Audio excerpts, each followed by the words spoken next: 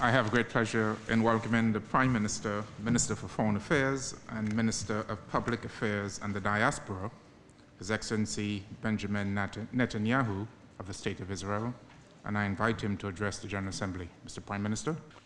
Thank you, Mr. President.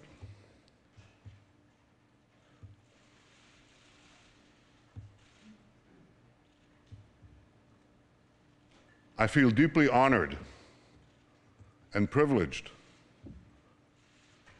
to stand here before you today representing the citizens of the State of Israel. We are an ancient people.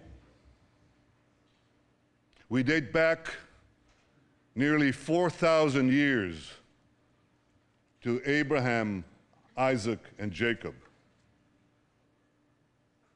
We have journeyed through time. We've overcome the greatest of adversities, and we reestablished our sovereign state in our ancestral homeland, the land of Israel. Now, the Jewish people's odyssey through time has taught us two things: never give up hope, always remain vigilant. Hope charts the future. Vigilance protects it. Today, our hope for the future is challenged by a nuclear-armed Iran that seeks our destruction. But I want you to know that wasn't always the case. Some 2,500 years ago, the great Persian king Cyrus ended the Babylonian exile of the Jewish people. He issued a famous edict in which he proclaimed the right of the Jews to return to the land of Israel and rebuild the Jewish temple in Jerusalem. That's a Persian decree. And thus began an historic friendship between the Jews and the Persians that lasted until modern times. But in 1979, a radical regime in Tehran tried to stamp out that friendship. As it was busy crushing the Iranian people's hope for democracy, it also led wild chants of death to the Jews. Now, since that time, presidents of Iran have come and gone. Some presidents were considered moderates, others hardliners. But they've all served that same unforgiving creed, that same unforgiving regime. That creed that is espoused and enforced by the real power in Iran, the dictator known as the supreme leader. First Ayatollah Khomeini, and now Ayatollah Khamenei. President Rouhani, like the presidents who came before him, is a loyal servant of the regime. He was one of only 6 candidates the regime permitted to run for office. See, nearly 700 other candidates were rejected. So what made him acceptable? Well, Rouhani headed Iran's Supreme National Security Council from 1989 through 2003. During that time, Iran's henchmen gunned down opposition leaders in a Berlin restaurant. They murdered 85 people at the Jewish Community Center in Buenos Aires. They killed 19 American soldiers by blowing up the Khobar Towers in Saudi Arabia. Are we to believe that Rouhani, the national security advisor of Iran at the time, knew nothing about these attacks? Of course he did. Just as 30 years ago, Iran's security chiefs knew about the bombings in Beirut that killed 241 American Marines and 58 French paratroopers. Rouhani was also Iran's chief nuclear negotiator between 2003 and 2005. He masterminded the strategy which enabled Iran to advance its nuclear weapons program behind a smokescreen of diplomatic engagement and very soothing rhetoric. Now, I know, Rouhani doesn't sound like Ahmadinejad. But when it comes to Iran's nuclear weapons program, the only difference between them is this. Ahmadinejad was a wolf in wolf's clothing. Rouhani is a wolf in sheep's clothing. A wolf who thinks he can pull the wool over the eyes of the international community. Well, like everyone else, I wish we could believe Rouhani's words, but we must focus on Iran's actions. And it's the brazen contrast, this extraordinary contradiction between Rouhani's words and Iran's actions that is so startling. Rouhani stood at this very podium last week and praised Iranian democracy. Iranian democracy, he said. But the regime that he represents executes political dissidents by the hundreds and jails them by the thousands. Rouhani spoke of, quote, the human tragedy in Syria.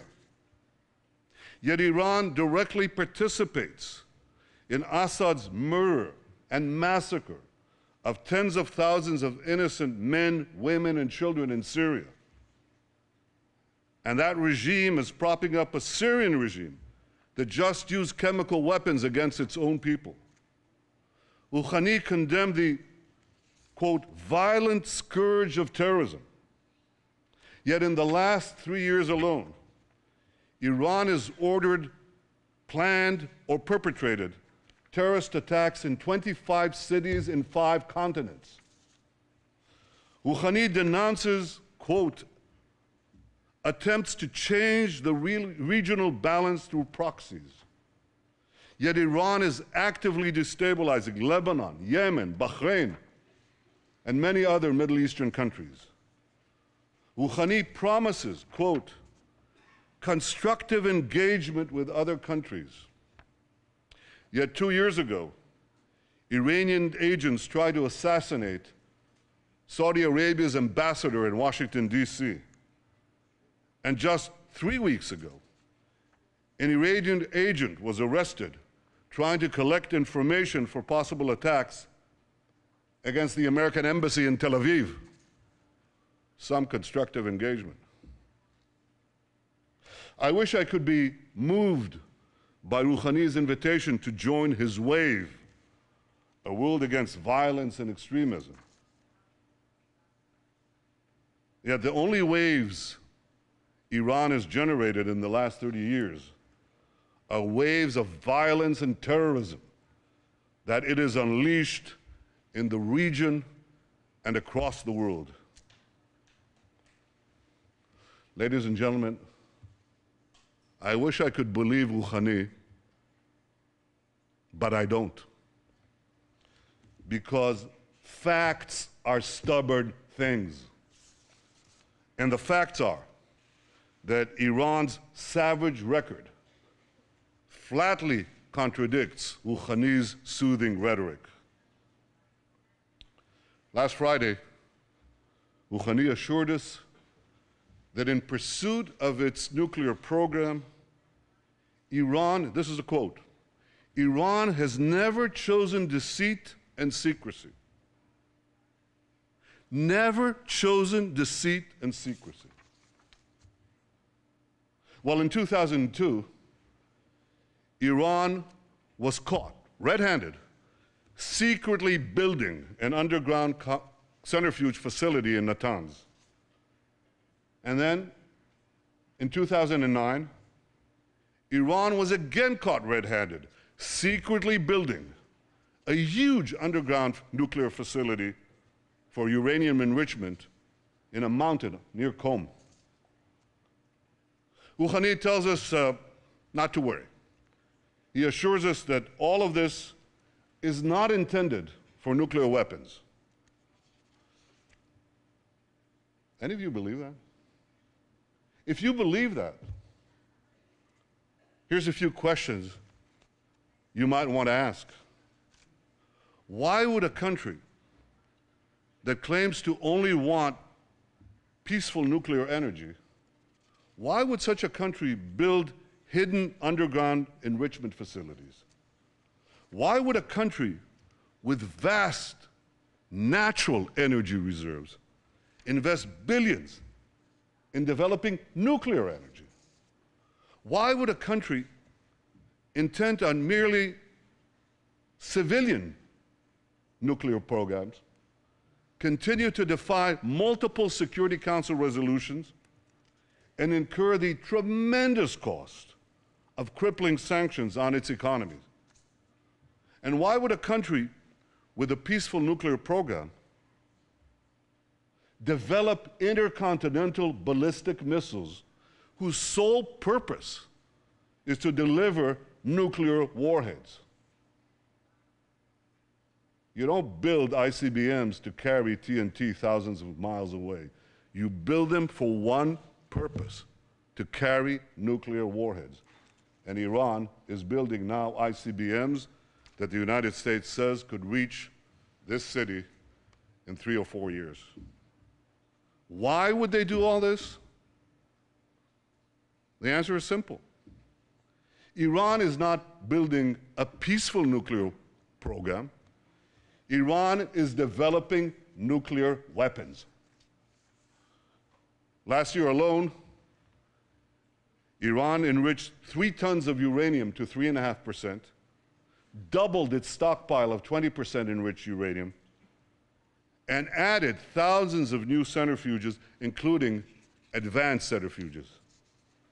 It also continued work on the heavy water reactor in Iraq. That's in order to have another route to the bomb, a plutonium path. And since Rouhani's election, and I stress this vast and feverish effort has continued unabated. Ladies and gentlemen, underground nuclear facilities, heavy water reactors, advanced centrifuges, ICBMs. See, it's not that it's hard to find evidence that Iran has a nuclear program, a nuclear weapons program. It's hard to find evidence that Iran doesn't have a nuclear weapons program. Last year when I spoke here at the UN, I drew a red line. Now, Iran has been very careful not to cross that line. But Iran is positioning itself to race across that line in the future at a time of its choosing.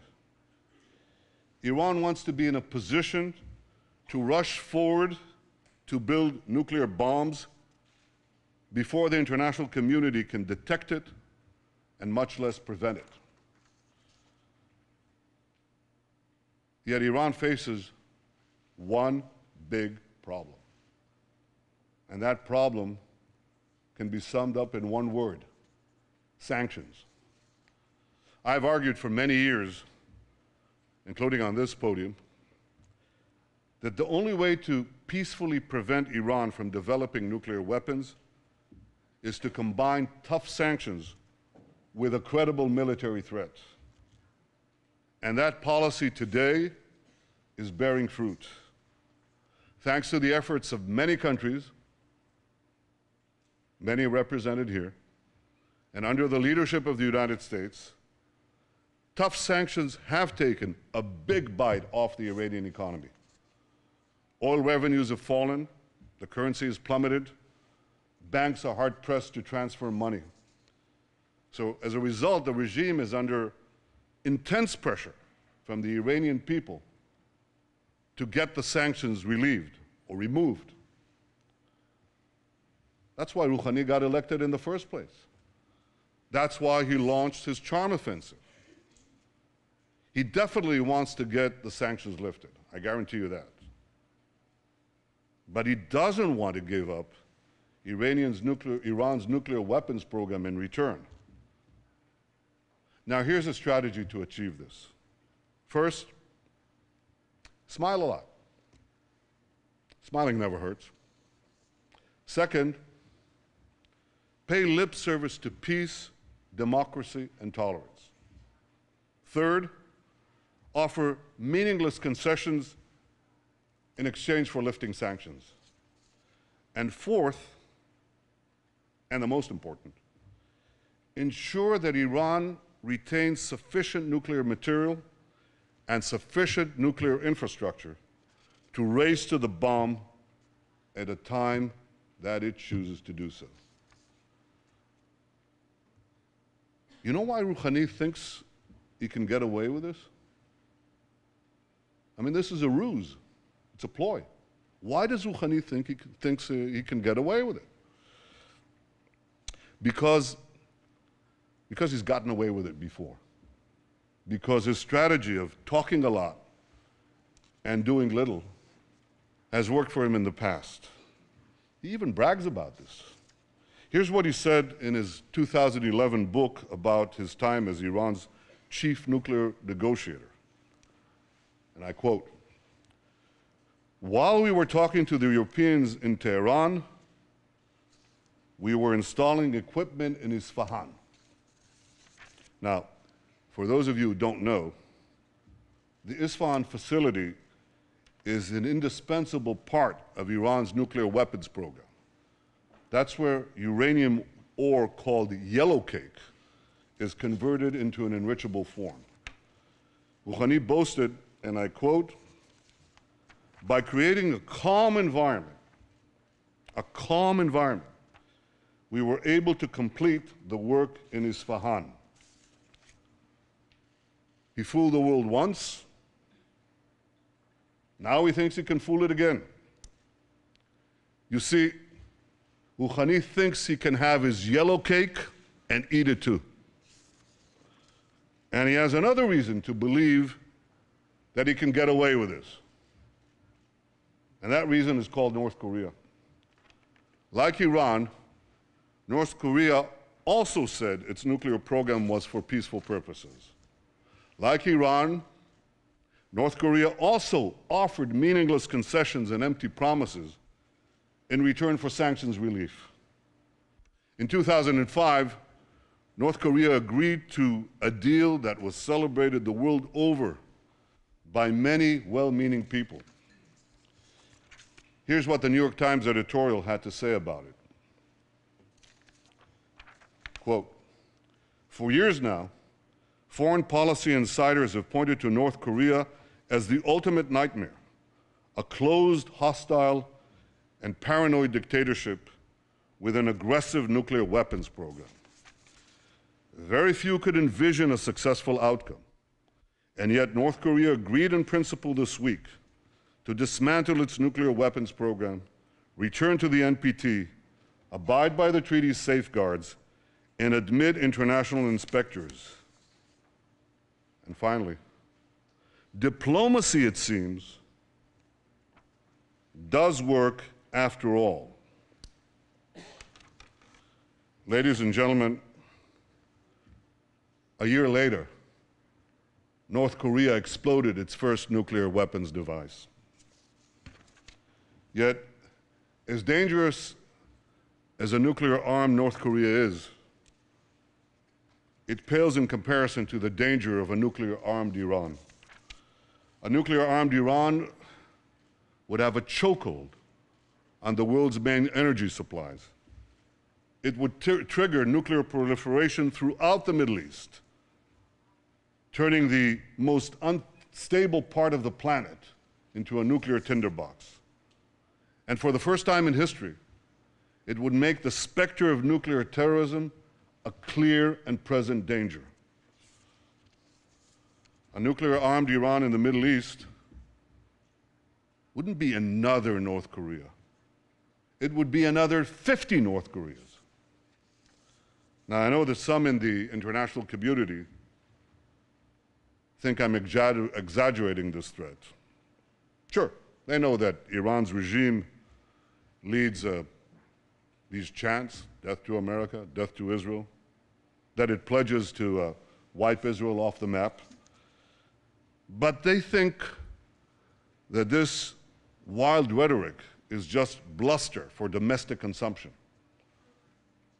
Have these people learned nothing from history? The last century has taught us that when a radical regime with global ambitions gets awesome power, sooner or later, its appetite for aggression knows no bounds. That's the central lesson of the 20th century. And we cannot forget it. The world may have forgotten this lesson. The Jewish people have not. Iran's fanaticism is not bluster. It's real. This fanatic regime must never be allowed to arm itself with nuclear weapons. I know that the world is weary of war. We in Israel, we know all too well the cost of war. But history has taught us that to prevent war tomorrow, we must be firm today. This raises the question, can diplomacy stop this threat? Well, the only diplomatic solution that would work is one that fully dismantles Iran's nuclear weapons program and prevents it from having one in the future. President Obama rightly said that Iran's conciliatory words must be matched by transparent, verifiable, and meaningful action. And to be meaningful, a diplomatic solution would require Iran to do four things. First, cease all uranium enrichment. This is called for by several Security Council resolutions. Second, remove from Iran's territory the stockpiles of enriched uranium. Third, dismantle the infrastructure for a nuclear breakout capability, including the underground facility at Qom and the advanced centrifuges in Natanz. And four, stop all work at the heavy water reactor in Iraq aimed at the production of plutonium. These steps would put an end to Iran's nuclear weapons program and eliminate its breakout capability. There are those who would readily agree to leave Iran with a residual capability to enrich uranium. I advise them to pay close attention to what Rouhani said in a speech to Iran's Supreme Cultural Revolutionary Council.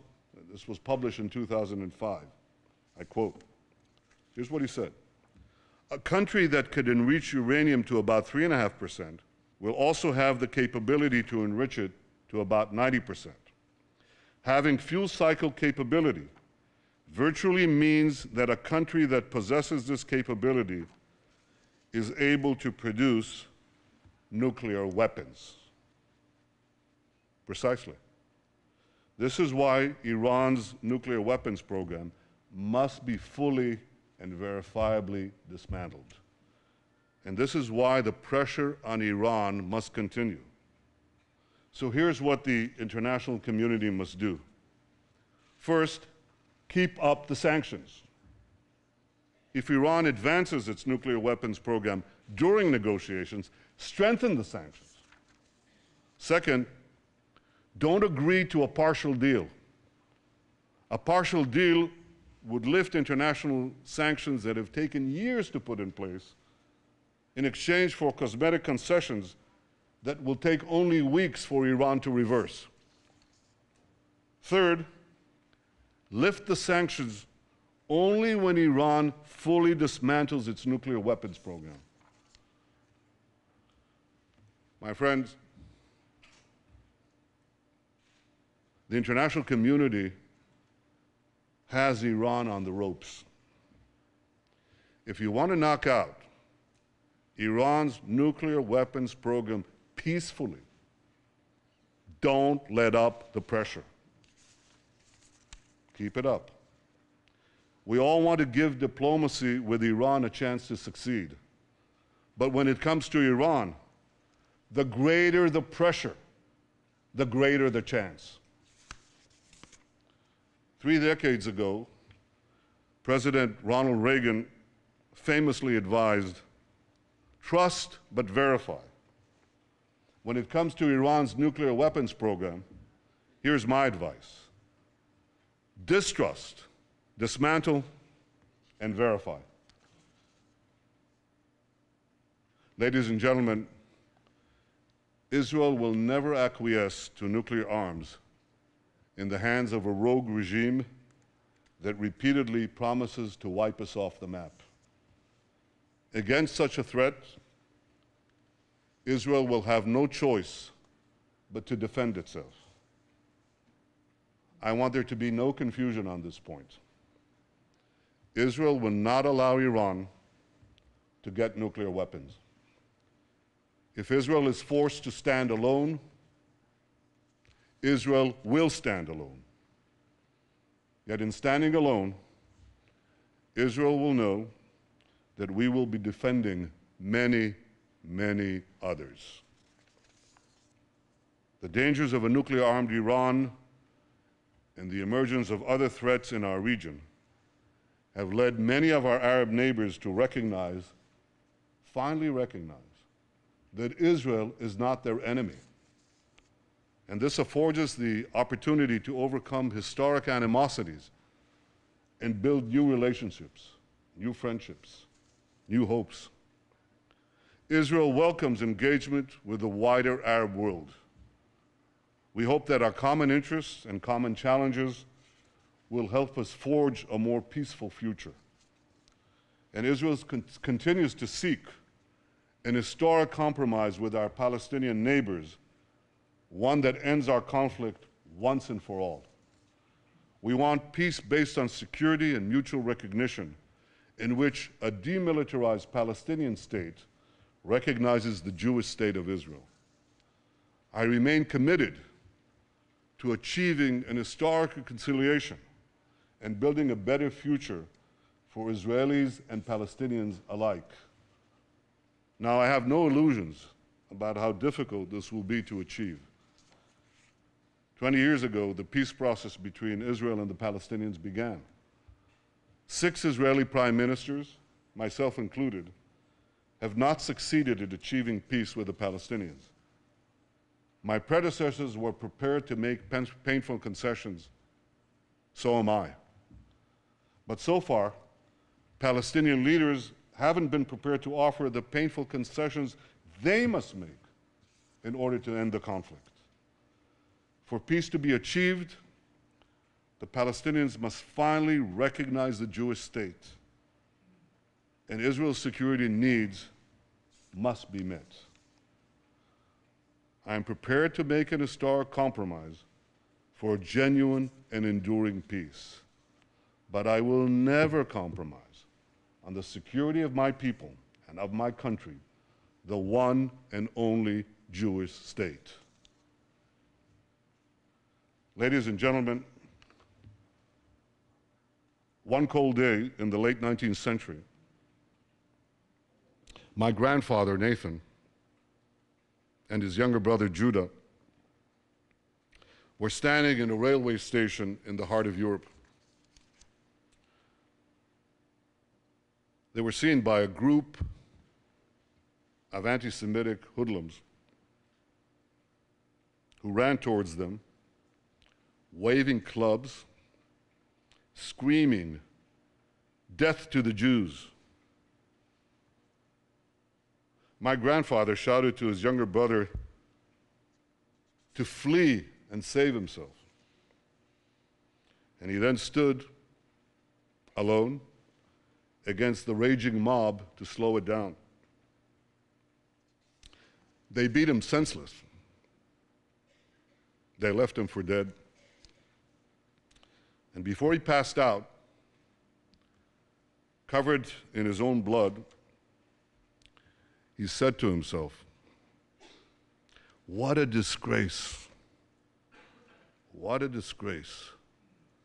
The descendants of the Maccabees lie in the mud, powerless to defend themselves." He promised himself then that if he lived, he would take his family to the Jewish homeland and help build a future for the Jewish people. I stand here today as Israel's Prime Minister because my grandfather kept that promise. And so many other Israelis have a similar story, a parent or a grandparent who fled every conceivable oppression and came to Israel to start a new life in our ancient homeland. Together we've transformed a bludgeoned Jewish people, left for dead, into a vibrant, thriving nation, defending itself with the courage of modern Maccabees, developing limitless possibilities for the future. In our time, the biblical prophecies are being realized. As the prophet Amos said, "They shall rebuild ruined cities and inhabit them. They shall plant vineyards and drink their wine. They shall till gardens and eat their fruit. And I will plant them upon their soil, never to be uprooted again. ושבתי את שבות עמי ישראל, ובנו ערים נשמות וישבו, ונטעו כרמים ושתו את יינם, ועשו גינות ואכלו את פריים, ונטעתים על אדמתם, ולא ינטשו עוד." Ladies and gentlemen, the people of Israel have come home never to be uprooted again.